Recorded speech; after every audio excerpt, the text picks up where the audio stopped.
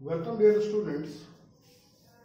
हमारी ये कोशिश है कि हम इकोनॉमिक्स के क्लास 12 के लिए कुछ ऐसे क्वेश्चंस को करें जो एग्जाम में हाई ऑर्डर थिंकिंग स्किल या एनालिसिस बेस्ड होते हैं, और उसी सिलसिले में मैं करीब 40 क्वेश्चंस आपको करके दूंगा।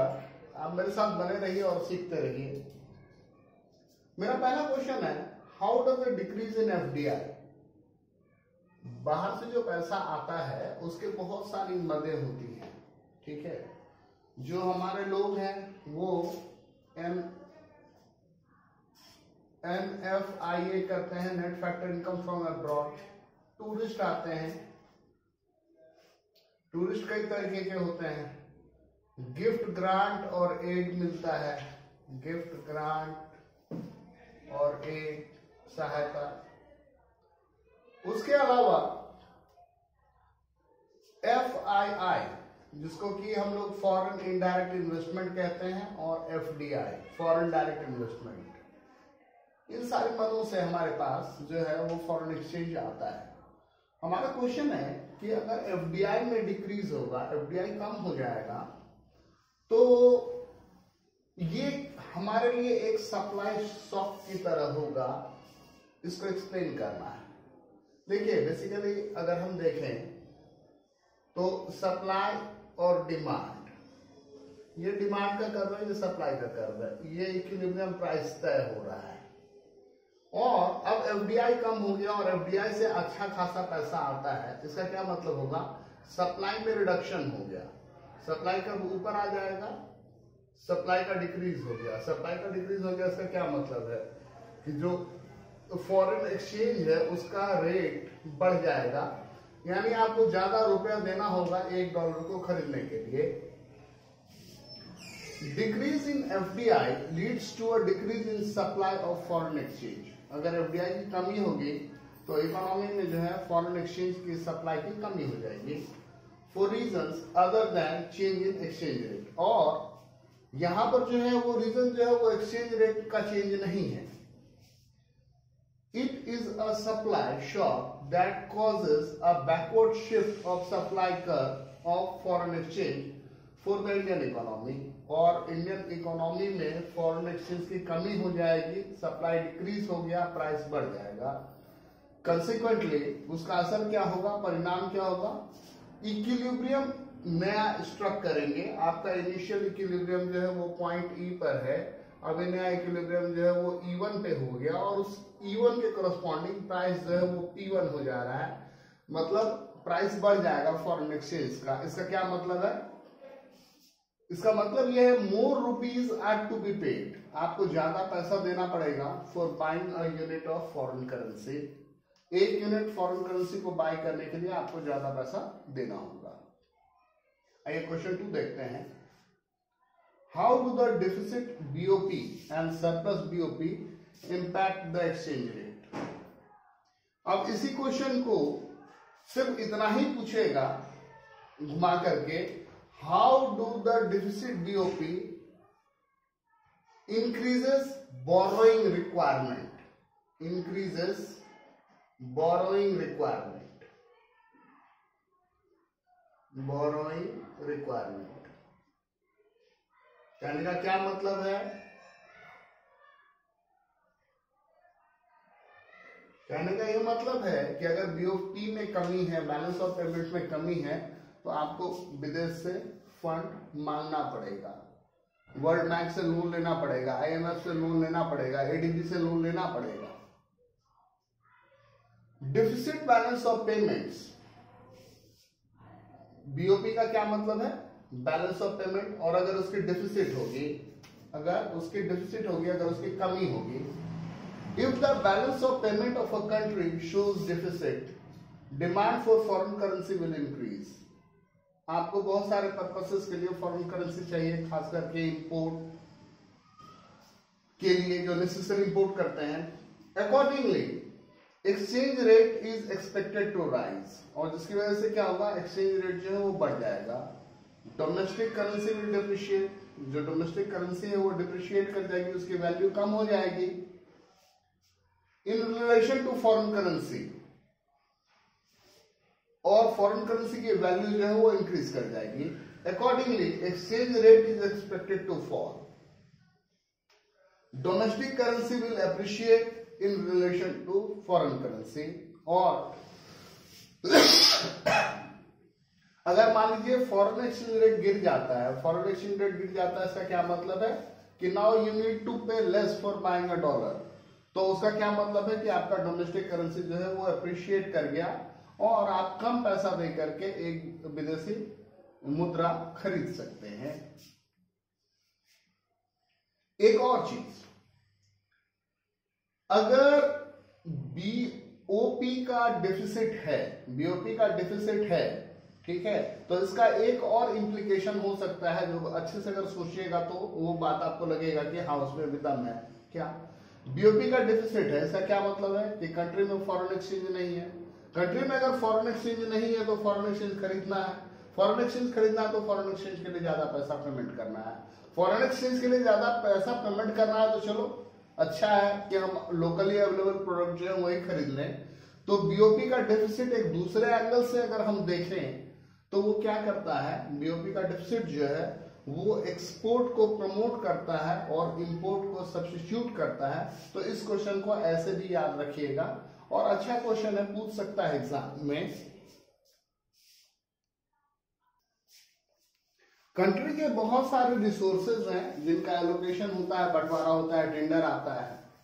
अब क्या हुआ कि कोल ब्लॉक्स की कोलफील्ड जो है उसका बंटवारा हो रखा था, टेंडर पे दिया जा चुका था या लीज पे दिया जा चुका था। Honourable supreme court of India ने उसको कैंसिल कर दिया। अब जब सुप्रीम कोर्ट ऑफ इंडिया ने कैंसिल कर दिया है तो बोल रहा है कि इससे कंट्री के करंट अकाउंट पर क्या असर पड़ेगा, करंट अकाउंट डेफिसिट पे क्या असर पड़ेगा। तो बेसिकली क्या होगा, आपको पता है कि जो इंडिया है उसमें पावर के बिना, एनर्जी के बिना कोई भी इकोनॉमी नहीं चलेगी, ड्राइविंग फोर्स है।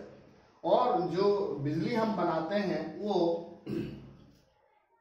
हाइडल से बनाते हैं, पानी से बनाते हैं, थर्मल है हमारे पास जहां पर कोल और डीजल को जला करके करते हैं, और न्यूक्लियर भी है। वैसे आज की डेट में सोलर को भी बढ़ावा दिया जा रहा है और अभी तो नया एक हाइड्रोजन प्रोजेक्ट भी लॉन्च हुआ है, अगर आप देखेंगे तो खबरों में सुर्खियों में है। तो हमारा क्वेश्चन है, cancellation of coal blocks is likely to cause a fall in supply of coal. आवंटन हो गया और अब उस आवंटन को निरस्त कर दिया गया, ऐसा क्या मतलब है कि मार्केट में नए सप्लाई नहीं आए। तो मार्केट में नए सप्लायर नहीं आए तो सप्लाई जो है वो गिर जाएगा। सप्लाई अगर गिर जाएगा और डिमांड जो है वो बना हुआ है, और डिमांड बना हुआ है, सप्लाई गिर गया, तो उसका क्या मतलब है, आप उस डिमांड की भरपाई करोगे, जो गैप है डिमांड और सप्लाई का उसकी भरपाई करोगे। और भरपाई करोगे तो कैसे भरपाई करोगे, आपको इंपोर्ट करना पड़ेगा। Particularly for the production of electricity, बिजली के प्रोडक्शन को आप टाल नहीं सकते, उसको रोक नहीं सकते।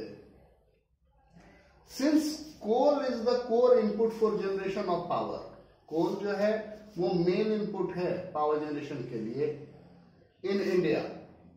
A cut in domestic supply is bound to cause a rise in imports।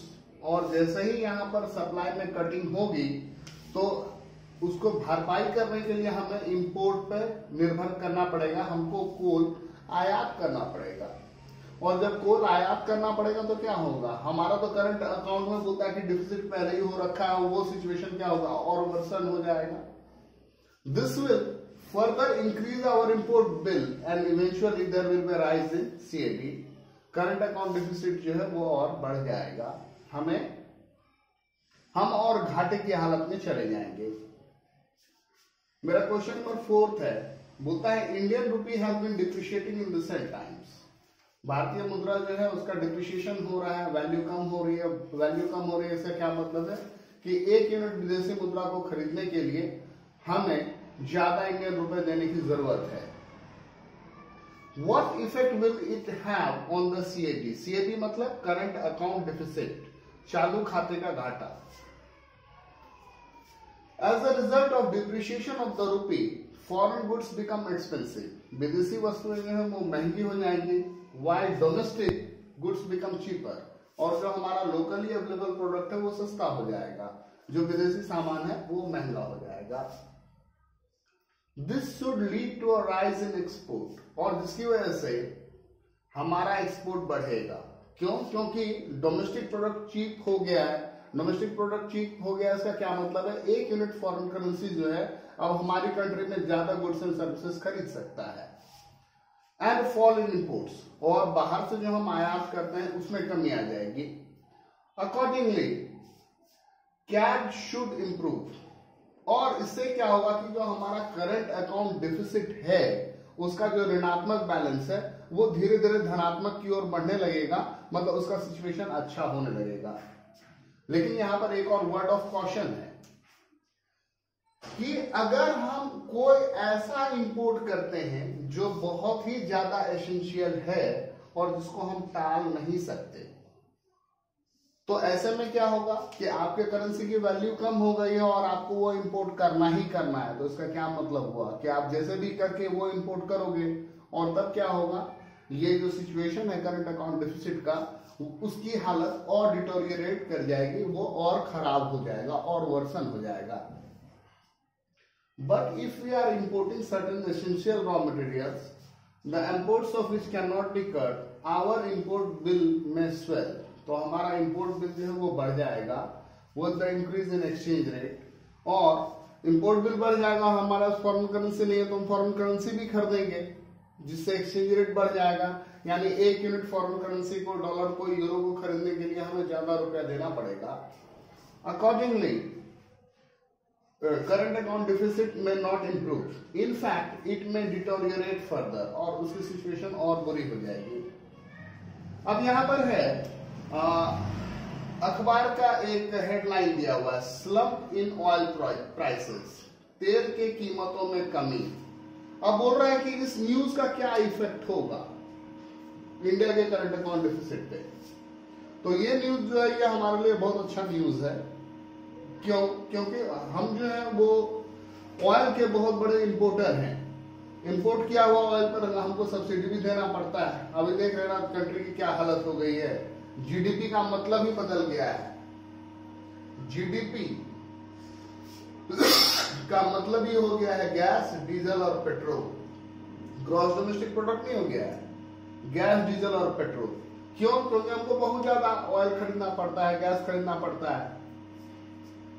A fall in oil prices means that India will be able to save foreign exchange. अगर ऑयल प्राइसेस में कमी आ जाएगी तो इंडिया जो है वो foreign exchange बचा सकेगा, even without reducing the quantum of import. हम जितनी मात्रा खरीदते थे उसमें हमें कमी नहीं करनी है, मात्रा वो सेम ही रहेगी, हम उतनी ही मात्रा में खरीदेंगे। This will help in improving India's current account deficit, और जो करंट अकाउंट डिफिसिट है, जो चालू खाते में जो घाटा है, वह सिचुएशन जो है वो पहले से बेटर हो जाएगा। यानी हम कम घाटे के साथ अपनी इकोनॉमी को आगे बढ़ा पाएंगे।